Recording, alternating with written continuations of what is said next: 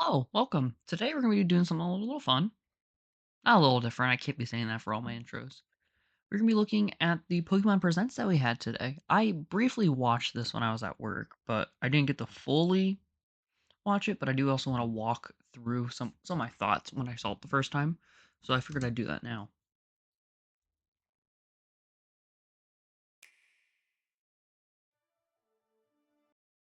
I'll lie. When I saw this first screen, I was like, oh no. Because I didn't realize it was going to be the exact same art style as Gen 9. So it kind of had me a little worried from this. Luckily, like a shot like this looks a lot nicer than Gen 9 was looking, and it gave me a little extra hope for it.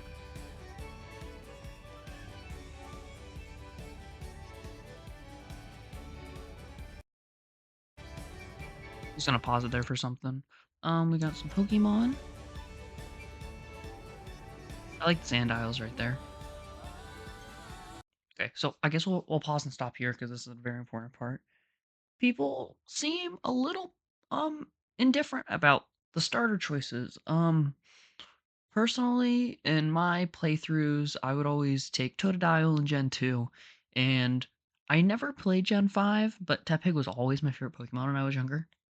So those two Pokemon I'm okay with. Chikorita is the only one that I'm like, I don't really understand why it's there, but I get it. I feel like the reason they put these Pokemon here is just because they are pretty weak, and hopefully they either get megas and it makes them better. Because my guess is we're not going to get any regional forms this gen, or probably any new Pokemon for this game, which is a little unfortunate. Because that's my favorite part about Legends Arceus was seeing all the new forms, all the new Mons, and all that kind of stuff. So that's a little unfortunate. But the starter choice, it's weird. When I saw the two Pokemon, caught me off guard, but like I get it because every time Game Freak does something, they pull something different that you wouldn't expect from the last game. Like this wasn't going to be another Legends Arceus. They always change things. Like they made it modern time, changing up how the starters work. So now next time when if they do another Legends game, we'll have to guess, knowing that they could pick two stars in the same region or even three if they really wanted to copy a region. Which at this point wouldn't really even be a surprise. With all that being said, very interesting choices they had for this. But hopefully something cool happens with them.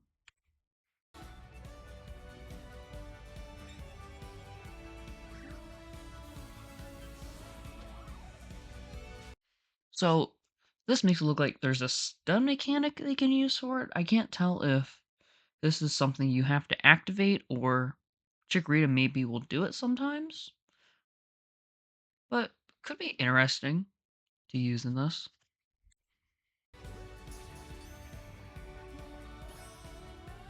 That's really weird. I actually want to go back and look at that. What'd the Pokeball do? Is that a glitch? Look at it. It looks really janky. Like, it like floats in the air for a moment. It's really weird. But so they have teleporters. I saw some people not happy about the teleporters because it's like you could use the Pokemons instead. But with them trying to get the futuristic style for Lumiose, I don't blame them here. Also, another weird animation. Look at this. He like steps onto one a little too far. Watch. He like okay, that's very dang it. He like steps onto something, then jitters over. That's really weird. Like the scene right here, this does not look that good. Like honestly, this is a little disappointing. Look at the way the leaves are in the background. Look at the flowers we have here. The door design, the windows. Like right here looks okay. Totodile's not too bad, but like this doesn't look good. I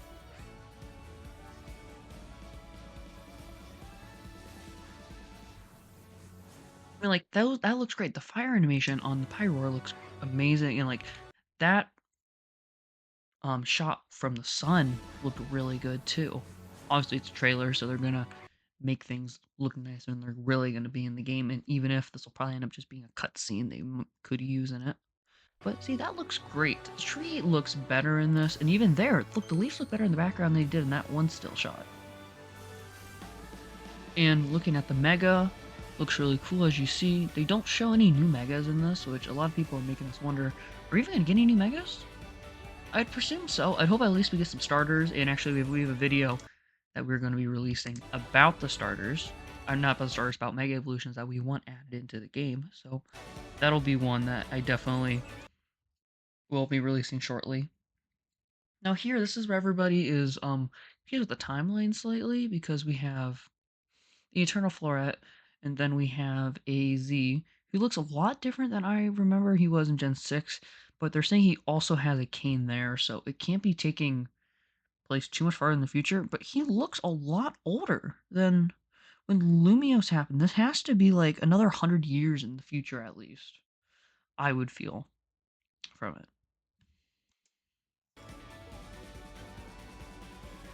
I think this is a really nice shot. I like the tower in the background, even the Zygarde. Yeah, the landscape looks really pretty back there. Some of these clips look really good, I will say.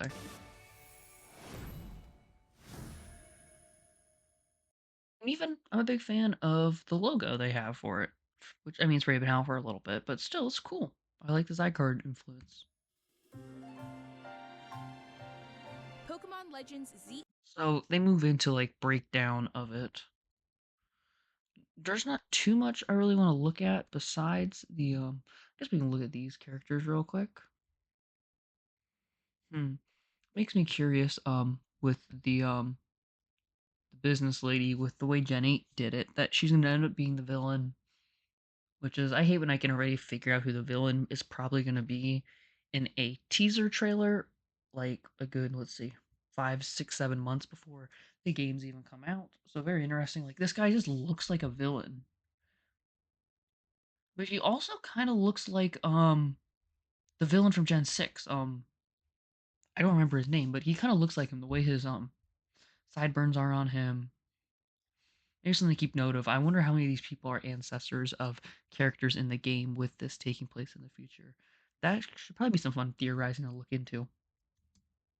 You'll encounter. Um, there's AZ again.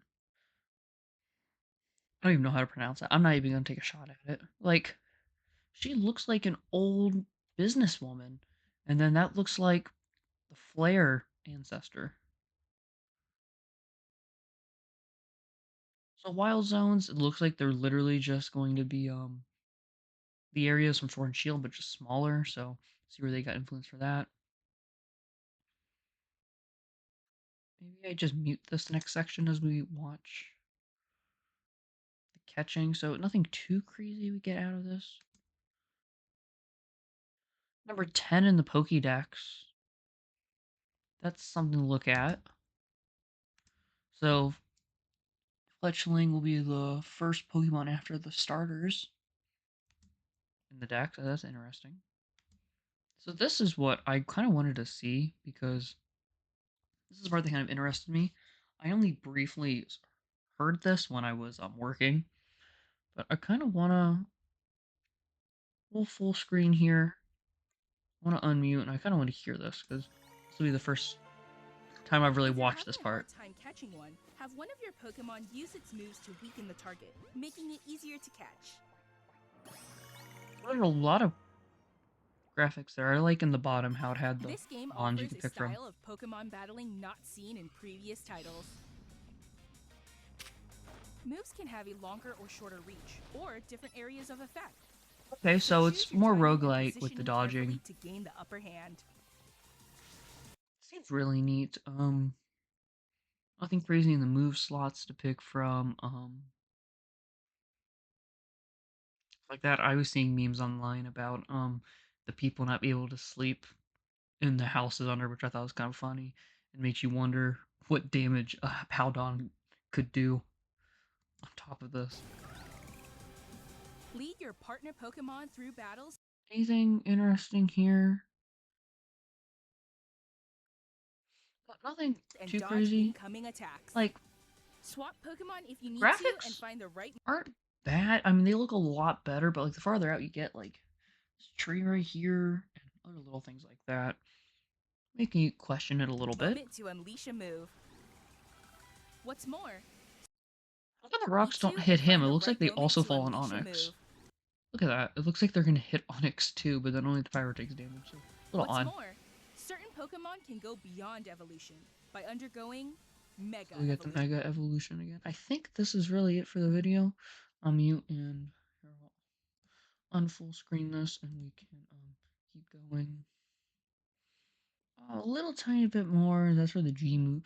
That's where the Mega is down here. And then what are these actually? So there's an icon that pops around all of those. Probably when it Megas and make it a little stronger. Yeah, new level power. Okay, I get that. Really neat. Like that looks good scene. Ooh, I like how the water reflects. What is that? Wait, is that one of the Zycard forms? I think it is. I don't remember which one it is. That's a cute little touch to add. But yeah, so this is Legend ZA. It'll be coming out late 2025. I'll be honest, my expectations were pretty low for it because I really didn't know what to expect after them being radio quiet for a year on it. But honestly, the graphics are look like a huge jump from Paldea, and if they can just like tweak them a little bit more, like those few scenes that I pointed out with like the very ugly grass, if they could fix that, then I'd be pretty happy with it. So overall, I'll give it to you, Game Freak. I'm impressed. Another part that I didn't talk about in this is their new Pokemon Championship. I'll break that down in a later video if you guys want me to, because that could be huge for my Instagram and Small of Cup. Because I already saw a comment on there this morning about how they can't wait for Small of Cup in it. So it should be fun. Thank you guys for watching, and I'll see you guys in the next video.